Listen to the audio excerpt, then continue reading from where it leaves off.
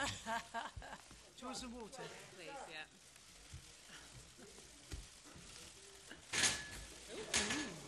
Excuse me, not in the back, please. Not in the back. Out the way, out the back. That's very naughty.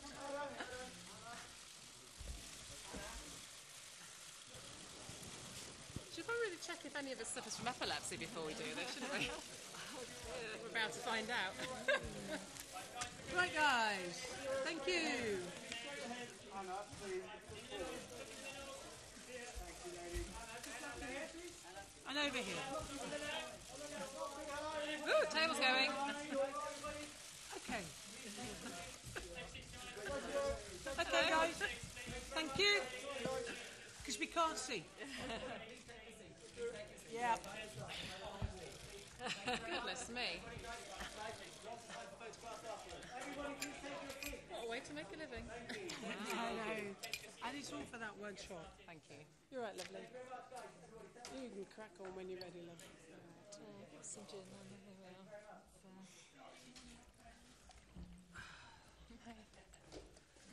There you go.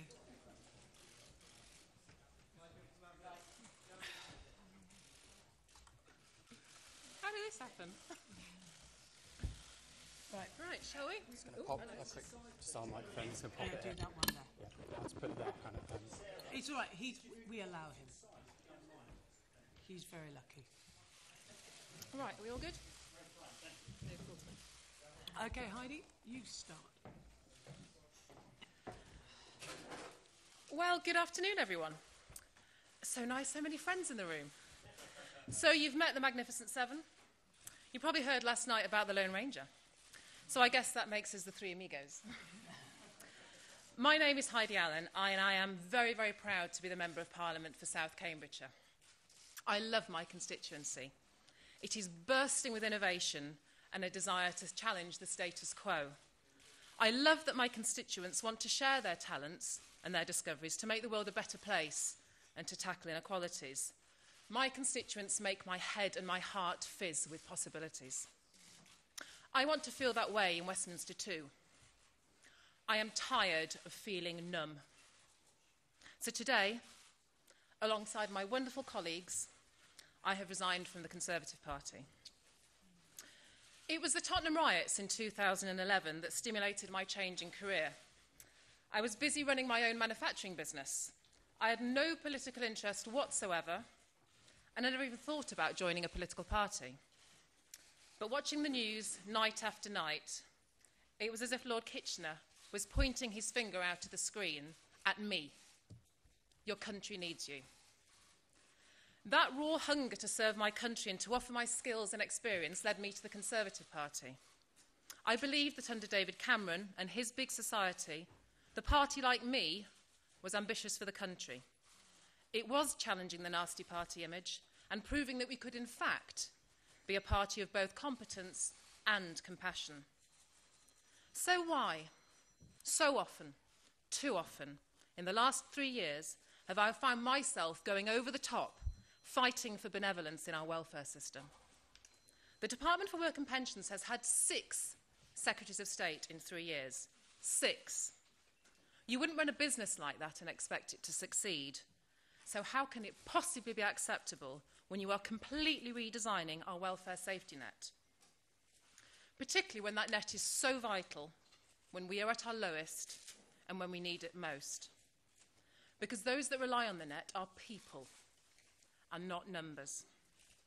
I shouldn't have to feel that the only option left open to me is to take a camera crew around the country to shine a devastating spotlight on poverty. It shouldn't be this hard. I believed I was part of a party who worked collaboratively, welcomed knowledge, and had the empathy to feel. But I have slowly but surely realised that I am not. I can no longer represent a government and a party who can't open their eyes to the suffering endured by the most vulnerable in society. Suffering which we have deepened whilst having the power to fix. The Conservatives were always recognised as the party of economic competence. But when we allowed a cabinet minister to say F business And we have a Prime Minister bullied into submission by the ERG and is now dragging the country and Parliament, kicking and screaming, to the edge of a no-deal abyss. I'm done. I want to be part of something better. A party that people vote for because they want to, not because they feel they have to. But this afternoon I feel a mix of emotions. Apprehension, some sadness. I do worry about my relationships with good friends I've made in the Conservative Party. They know who they are. But do you know what I also feel, ladies and gentlemen? I feel excited. So excited, and in a way that I haven't felt since I was first elected, and a sense of liberation. Because the United Kingdom deserves better. I didn't leave my business to lower my professional standards and accept second best. I demand more from my party and more for my country. More competence, more collaboration, more expert analysis, more transparency, more care, and more fairness. It needs to push and shove and drive, not cower from its own shadow. It should attract the best minds, the biggest hearts, and the most effective communicators.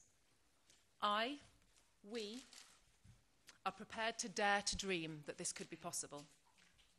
But it's not going to happen if we sit idly by, nodding through policy and voting like sheep. If Brexit was a pained clarion call for change, then we hear it. Our parties have been unable to grasp the magnitude of the challenge and have no plan to respond, nor heal the divisions across our cities, our villages, and our dining tables. So we need to start again with a clean sheet. And as true centre-ground MPs, sharing the same values as millions of our citizens, we have a responsibility to act. This week is the beginning. Once there were 7, and now there are 11. And at the last count, about 115,000 Twitter followers. So yes, we are putting our heads above the parapet, and we might fail. But isn't the prize worth fighting for? And I sense the country wants us to fight for it too. And I, for one, am prepared to give it everything I've got. And now, ladies and gentlemen, it gives me great pleasure to hand over to my very good friend, Dr. Sarah Wollaston.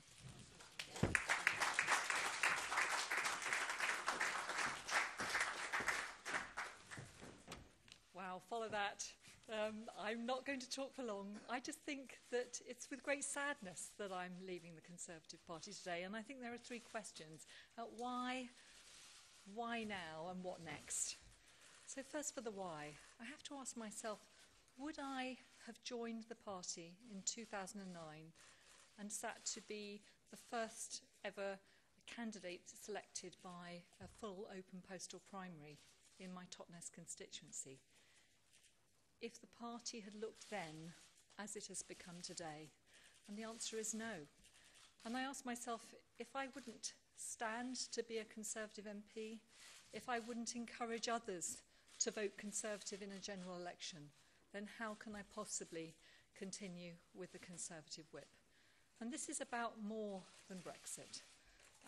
I joined the party after spending 24 years as a frontline doctor in the NHS, wanting to make a difference, joining a tolerant, moderate, open-hearted Conservative Party, which I think has now disappeared.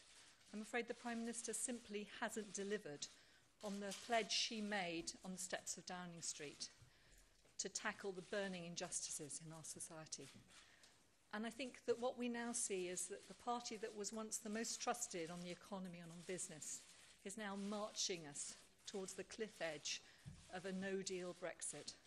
I've been saying for weeks that if it became main party policy to deliver no deal, then I would have to leave. But I'm afraid there comes a point when running down the clock is in effect the same thing. And none of us are prepared to wait until our toes are at the cliff edge before we take a stand. And before we are prepared to say, if necessary, putting our careers on the line, to say, please change your mind, Prime Minister. This is not a binary choice between no deal and a poor deal. There is a third way, and that third way is to hand that decision back to the British people, to allow them to look at the evidence, to weigh up the prospect, the pros and the cons of the actual Brexit deal, as opposed to the fantasy promises that were made during the referendum campaign, to allow the public to weigh up the pros and cons and give their valid consent to this deal. So that's why today we're taking a stand and why we're doing it now. And we're proud that we're going to be part of the new independent group of MPs sitting together and hoping to fix our broken politics. Thank you very much.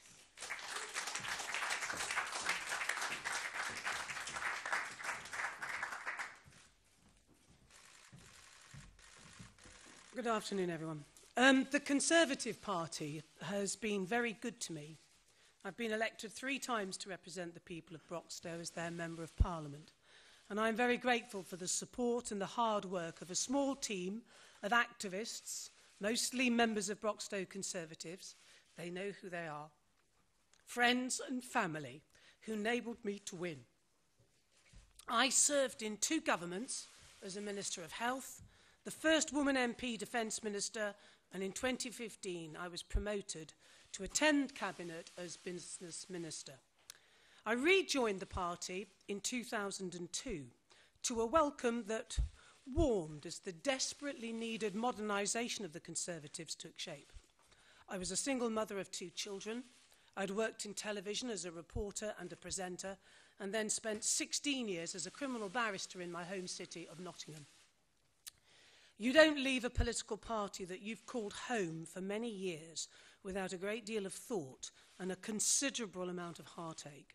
And it is with a heavy heart that I've today resigned my membership of the Conservative Party.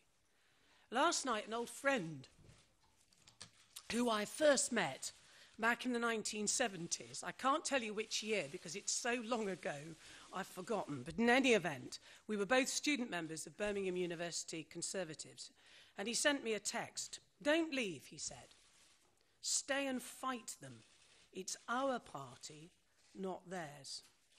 He, like my many friends in the parliamentary party, is a One Nation Tory from the Ken Clarke wing of the Tory party.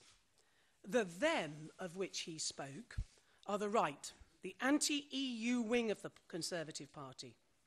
Yesterday, Sir John Major spoke about them, describing the more extreme of their number as zealots.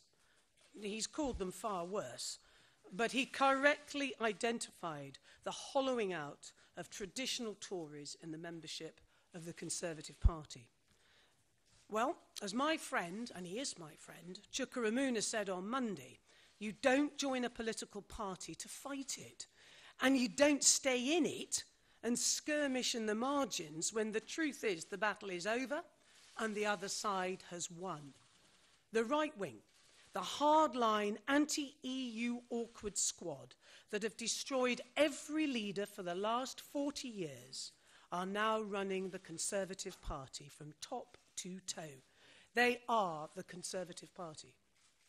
Dear friends, and they are dear friends, now former colleagues, who share those One Nation values and principles, will of course today deny it. But I believe in their heads and in their hearts, they know it's over. And the reason they know it's over is because we lost the referendum, and Brexit now defines and shapes the Conservative Party. Now, I'm a former criminal barrister, so I'm pretty much predisposed to evidence. And it's on the evidence that I say the Conservative Party is in the state it's in, and I suggest that evidence is overwhelming. After the Prime Minister lost her withdrawal agreement, she said she would reach out to build a consensus. Of course, she should have done that at the beginning of all of this, in the beginning of her premiership, not at the 11th hour. And in that spirit, the first people that she invited into number 10 were the ERG. The very people who just weeks beforehand had called a vote of no confidence in her leadership and had delighted in calling out her failings to any passing microphone on College Green. But mainstream Conservatives, with a fine record of loyalty, who'd served at the highest level in government, and I hope she'll forgive me for using her name, but people like Justin Greening, who'd rejected the deal for perfectly sensible reasons, are still waiting for a call. At a local level, and I don't include my association in this, though we have had our problems with infiltration, but overwhelmingly the majority of associations are being infiltrated by a nationally orchestrated entryism, blatantly designed to remove rebel MPs who they label traitors. Conservatives with the stature, the service and loyalty of Sir Nicholas Soames, Sir Oliver Letwin, the former party chair, Dame Caroline Spellman. They're being hounded and they're being pilloried. My friend Nick Bowles faces deselection, as do others. Some face motions of no confidence, and their only offence has been to support the Prime Minister's withdrawal agreement. And even though the party chairman is on the traitors list, he's failed to provide the firm political leadership that is demanded. The result of this blue kip, as Sarah has called it, and what we call the purple momentum, is that too many of our now former colleagues fear their associations more than they fear their electorate, the people they've been voted to represent. It's a form of tyranny. And it's ironic that Conservatives observe and condemn it in the Labour Party, but it's happening in their own party. And in the words of my other dear friend and my near neighbour, Chris Leslie, enough is enough. The shift to the right began shortly after Theresa May became leader. And notwithstanding her fine words on the steps of Downing Street, which, as Sarah says, we all three of us cheered, within a few months, the modernising reforms that had taken years to achieve were destroyed. Citizens of the world were cast out as citizens of nowhere. Remain voters marginalised and insulted as members of the liberal metropolitan elite. That didn't go down very well in places like Broxtowe amongst my Remain voters. And of course, the electorate gave their verdict in June 2017, when we lost over 30 Conservative MP colleagues in a truly disastrous general election campaign. And where are we now? Well, we're with EU citizens who've lived and contributed to this country for decades, being labelled as queue jumpers. One Nation Conservatives are pursuing a Brexit policy they don't believe in. And they know it will harm the economic prospects of this remarkable country and their own constituents. Others, like Sir John Major, bravely battle on, making the point that 63% of people in this country did not vote for Brexit, and even more did not vote for the no-deal Brexit that, unfortunately, Mrs May appears willing to deliver. But the decision to leave the Conservatives, as Heidi and Sarah have identified, is not all about Brexit. It's about facing the reality of British politics as it stands today and is set to continue unless we do our duty as elected representatives. You win in politics when you're with a team and in that team with shared values and principles. And I believe mine are no longer welcome in the Conservative Party. I'm not leaving the Conservative Party. It's left us. On Monday, Chuka held out the baton to people like us, and today we seize it, and in turn we hold it out to fellow One Nation Conservatives and like-minded Lib Dems that I certainly had the pleasure to work with in the coalition government. Please, come and join us. And to the millions of people who feel abandoned and not represented by either of our two broken main parties, and indeed all our parties, we share your values, your dreams and your aspirations. We three have never been called your so-called typical Tory. Like everyone, we're tired of labels, we're tired of tribalism, and we're tired of British politics being dominated from its extremes. It's time for change, and we are a team with your support that will deliver that change. Thank you.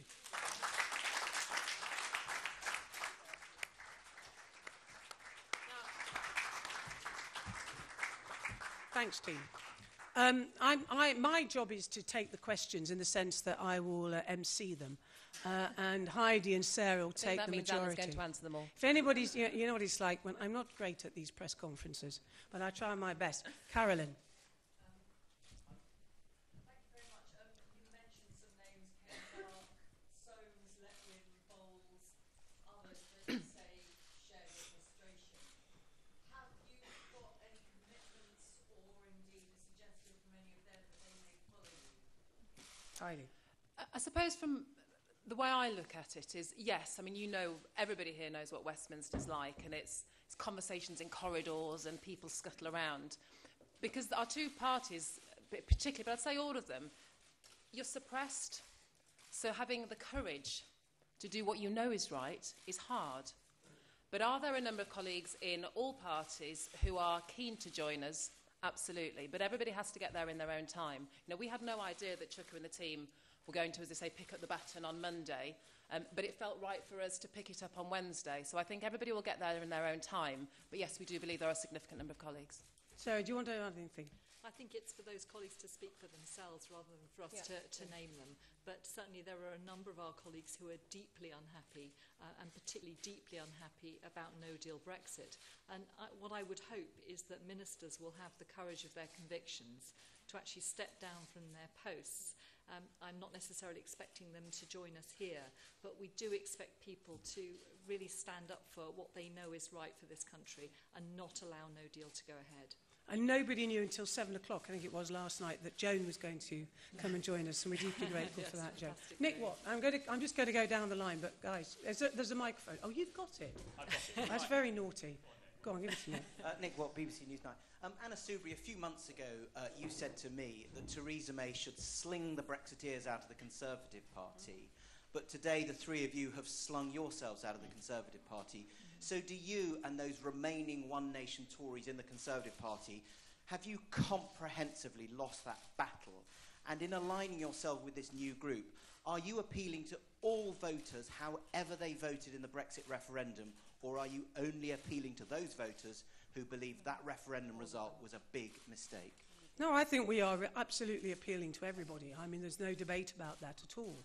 And at some stage when this nightmare, and it is a nightmare, Brexit, and in whatever form it ends up in, this country has a huge job to do, which is to heal these enormous divides.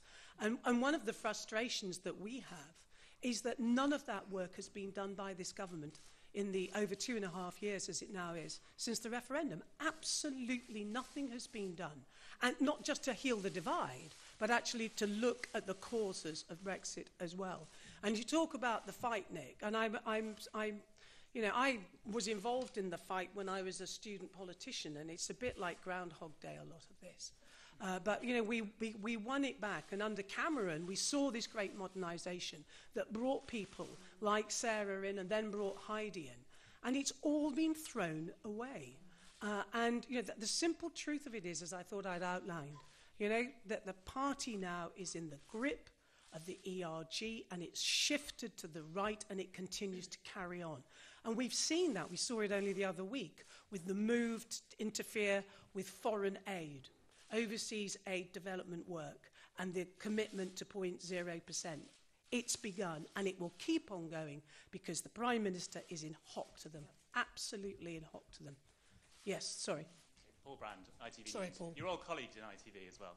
I know. Two Don't questions. say that, we're getting into terrible trouble. You'll get terrible hate mail now, Paul. Wait till I said colleagues, not necessarily friends and allies. And so it begins. I'm just defending my impartiality. It's John nothing Pienaar personal. next. Yeah. Go on, sorry, Paul. Two questions.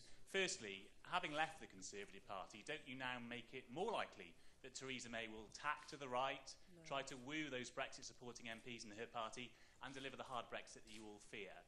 And secondly, Anna Soubry, you have said in the past that Jeremy Corbyn is a greater danger to Britain than Brexit.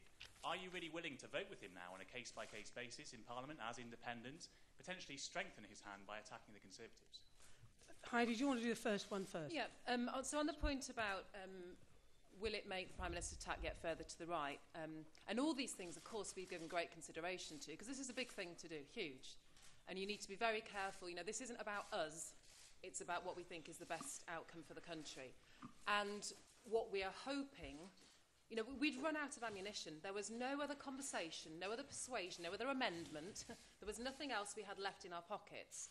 And this is in part designed to be a wake-up call, because her majority is now less than it was. She knows the party is full of people that feel the way that we do, so she will have to, finally, once and for all, we believe, see the ERG off, because otherwise this is a taste of more to come. Sarah, do you want to add anything? All I would say is, instead of constantly reaching out to the ERG and the DUP, I would say we are now a bigger grouping than the DUP, and that if she wants to get her deal through, she could get it through by making it conditional on a second referendum to confirm it. And so we will all be supporting Peter Carl's amendment, and I hope that the Prime Minister will see that that is the best way to get her deal through, to make it conditional on the consent of the British people. And to answer your question, of course, this doesn't change any of the votes in Parliament on Brexit. Those votes remain absolutely the same. So it really doesn't change the arithmetic in Parliament in that respect, because we will continue. Well, we won't be rebelling anymore. We with our new friends, and we will be following. Rather disappointing not to be rebels anymore. But, What do you mean vote for Jeremy Corbyn? Well, we do vote. Look, hang on a moment. You know as well as anybody else. Of course, there are times when we all come together and we all vote together. But so nothing has changed in that respect at all. John, could I ask, why do you believe that such a small handful of MPs can really transform politics in the way that you say? And if I may, is a new party part of your plans? And if it is, do you accept that the odds and the political system are heavily against you succeeding? Heidi. In whatever order, yes, yes, yes and yes. They are against us. But you know what? We've got to try. We have got to try. It's so easy in this job to nod, go through the lobby, read your briefing, do as you're told. But that's not living. That's not representing people. That's not having this most important job to take responsibility very, very seriously. If we don't try, we are surrendering our country, and frankly, we don't deserve the job that we have. So if we have to be the ones that go over the top, then so be it. But this is the right thing. It's not about numbers. Sarah? and these are early days. We are not a political party. We came together recognising that we share values, and that over the coming weeks and months we'll be having conversations, and most importantly reaching out to the country to see what they would like from a new moderate centre ground party. So those are conversations that need to take place. It's very early days, but as Heidi has said and you have said, we know the odds are stacked against us, but we're determined to try. Yeah. Yes. Lewis Goodall from Sky News. I'm very struck that all of you have criticised the Prime Minister in quite visceral terms personally. How far do you think she is responsible for the rot in the Conservative Party at the moment? If she behaved differently, might you still be in the party? And secondly, if the government is as bad as you say it is, you've both all described, I think, that it's entrenched poverty in this country, making poverty worse. Why did you vote for it only a few weeks ago in a no-confidence motion? And if there were going to be another no-confidence motion, how would you vote in that motion? I'll just say two things. First of all, the Prime Minister had the opportunity, which she should have grasped as soon as she became leader, to reunite our country and to go for that soft, sensible Brexit, doing the right thing by the British economy and the right thing by the border between the Republic of Ireland and Northern Ireland. She had that opportunity and she didn't do it. She should have reached out, frankly, over the heads of the Labour front bench, and she should have built a consensus in Parliament. She positively chose not to do it. Instead, she put down red lines. She had a second opportunity after the general election, which we lost, as I described. And again, she didn't use that opportunity to rub out the red lines, to build a consensus. And those have been two very serious failings on her part. And we've ended up now in this terrible mess where with just, how many hours was it? 900 hours? At 11 o'clock this morning, it was 900 hours to Brexit. And look at the mess we're in. If there were another no-confidence motion, would it be guaranteed you might not vote for the government? The reason that we supported and voted in favour of this government continuing is because the last thing that this country wants or needs is a general election. The thing that this country does need is a people's vote on Brexit, because it is the only way through the mess, to take it back to the British people. That's the only thing that we need. I didn't know if Sarah wanted... Are you all right? Well, I just think it's a great pity that the only red line that wasn't put down was the red line over the cliff. And we feel very strongly that no responsible government could or should inflict the kind of pain and harm that they know would be inflicted by that option. So we're deeply disappointed that there's been red lines everywhere except where it should have been. Theo. Can I just ask to each of you, did anybody within the party try and persuade you to stay within the party, either the chairman, Brandon Lewis, or the Prime Minister, Theresa May? And just supposing, in your view, Brexit does go well, could you foresee circumstances where you might reapply to join the Conservative Party? No and no. I had one cabinet minister drop me a text last night, because you guys were just putting it out there a bit soon, to be honest, and the rumours were rife, who tried to convince me not to, but nothing from the Prime Minister, the Chief Whip, my own whip, nothing at all. And no, I would not rejoin the Tory party. All I would say is I've had many wonderful friends in the Conservative Party, and many of them have sent me very supportive messages asking us not to leave. Yeah. But I've had no contact from the Prime Minister's office and none from the Whip's office either. So I don't think any effort has ever been made to reach out to those of us who are in the moderate centre ground of the party. Right, I'm being strictly told 5 minutes. Go on, Andy, sorry. Andy Bell, 5 News. Wouldn't the honourable thing be now, though, to resign and fight by-elections, all of you? And after all, if you think the country is crying out for this, wouldn't a victory be the most extraordinary validation of what you've all been doing? I suppose from my point of view, I mean, Anna's already touched on this partly in terms of the last thing the country needs right now is a general election or any kind of by-election. I agree with that. But I think the other 2 points, as Anna eloquently put, we haven't changed. What we stood on our values, our own leaflets, our own campaigning when we stood in 2017, none of that has changed. There are big chunks of manifesto that haven't been delivered, but everything that we promised hasn't changed. But the other big thing that people need to remember, this is what the big parties do. Yes. They want to crush the birth of democracy. They want to crush people like us trying to change things for this country. And this is the game, of course, that they will play. But we're better than that, and we think our constituents in the country deserve better than that. Right, Gary at the back. Not at the back. We're going to go down this line. Thank you very much. Gary Gibbon, Channel 4 News. You each of you talked a bit about the things you thought were wrong with the Tory party, suggesting that it had gone bad very recently. There'll be a lot of people, Labour MPs included, who are thinking of joining this group, who actually think the Tory party did a lot of bad things for a lot of years, and they would include in that welfare changes, austerity. Do you regret a lot of that, or is that what you define as economic competence? I believe that we did the right thing in the coalition government in particular.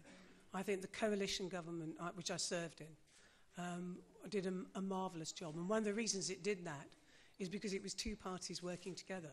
And one of the mistakes that David Cameron made, and he made many, but he had the opportunity in that time between 2010 and 2015 basically to see off this right wing, this anti-EU group of people who'd bedeviled the party, as I say, for decades, and reach out to those members of the Lib Dems who clearly were, if you like, orange Tories, but who shared, again, same principles, the same values. And that was a mistake. We should have used that opportunity. And for sure, we wouldn't have found ourselves up in the position whereby we put in a manifesto that we would have an EU referendum in order to satisfy this right-wing extreme in our party. And Osborne Chancellorship a good thing? Sorry? The George Osborne Chancellorship was a good thing. My view is that Osborne... a lot of Osborne... people thinking of joining this gang. No, I have to... the other direction. I have to say, I think the things that we did to the economy were absolutely necessary at the time. I don't have a problem with that. But I think there have been difficulties, and I would say, and as I've said in the House of Commons, I think that certainly for local government, who bear so many of the cuts, certainly my county of Nottinghamshire finds it, which is run by Tories, and is very competent, has found itself in a position now, whereas if it doesn't get more money, it will go into a dangerous deficit. And isn't it extraordinary, just at the point where we can start to reverse austerity and really get to grips with some of the inequalities to reduce those, we are knowingly and deliberately possibly sending ourselves back into an economic downturn, depriving us of the opportunity to make progress. So I think it's absolutely extraordinary that any Conservative government would even contemplate that. Right, I don't know where to go. Who's got the microphone? I think that's the easiest way, isn't it? That's very bad. Hi, William James from Reuters. You said yourself earlier that you can't change the arithmetic in Parliament. So as a 3 or as an 11, what can you actually change?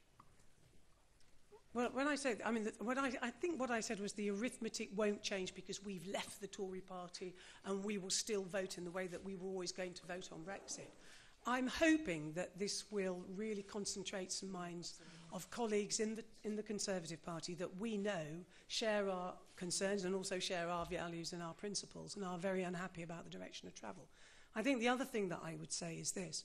I also hope it gives courage to members of the government who are deeply concerned about this no deal becoming a real possibility. And it will give them the courage next week to do what, frankly, some of them should have done a long time ago and be true to what they believe. And if they need to leave government and vote against the party line on Brexit, they've got to do it. Because, frankly, if we have got the courage to do this, they come and follow that. You know, see it, grasp it, do the right thing by your country, and start putting the national interest first. I'm so sorry, I don't know your name at the front. I'm hopeless at names.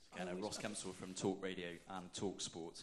What is your personal message, each of you, to the Prime Minister? You've written her a letter, but you are very aware of the political challenges that she faces.